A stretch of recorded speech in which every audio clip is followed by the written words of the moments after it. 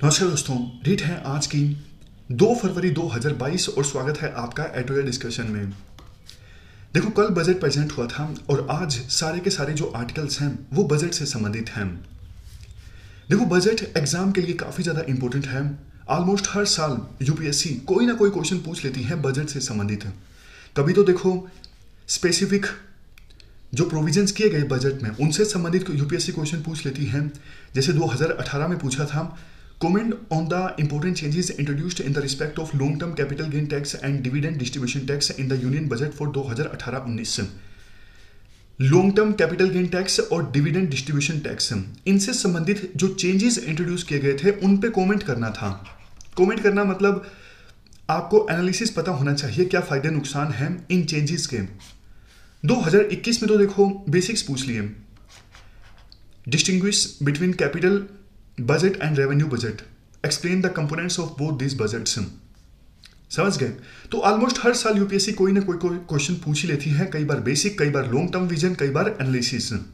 मतलब हमारा जो बजट है वो देखो सिस्टमेटिक ढंग से कवर होना चाहिए।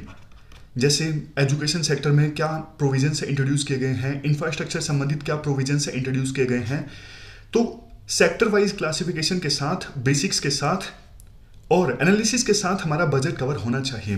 बट देखो ये जो आर्टिकल्स आज आए हैं ना, ये तो देखो बजट को ऊपर ऊपर से कवर करते हैं, एक एक दो दो लाइनें कि हाँ इसमें एजुकेशन में इतना सरकार ने एलोकेट किया है, पिछले साल ज़्यादा किया था।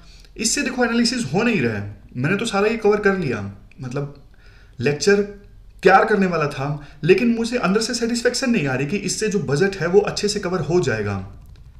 तो एक काम देखो हम ये कर सकते हैं, थोड़ा सा वक्त मैं और लेता हूं, 2-3 दिन। संडे को हम पूरा जो बजट है वो सिस्टमेटिक ढंग से कवर कर सकते हैं। आज अगर कवर करते हैं तो इतना अच्छे से होगा नहीं, ये फॉर्मेलिटी करने वाली बात हो जाएगी। तो एक काम देखो ये किया जा सकता है, आज चूंकि वेडनेसडे है, संडे को हम बजट डिस्कस कर सकते हैं बेसिक्स के साथ, सिस्टमेटिक ढंग से सेक्टर वाइज क्लासीफाई करके, कॉम्प्रिहेंसिव ढंग से, यानी कुछ भी हमारा छूटे ना, और सबसे लास्ट में एनालिसिस के साथ जो प्रोविजंस हुए हैं बजट में उनका एनालिसिस होना जरूरी है। देखो जैसे बजट के शुरुआत में ही फाइनेंस मिनिस्टर ने कहा कि हम अब अमृतकाल में एंटर कर गए हैं। अमृतकाल मतलब आज़ादी को मिले 75 वर्ष पूरे हो गए हैं, तो 75 वर्ष पूरे हो गए हैं और 2047 में 100 साल पूरे हो जाएंगे। तो 2022 से लेकर 2047 के बीच का जो समय है इसे अमृतकाल बोला गया है फाइनेंस मिनिस्टर के द्वारा।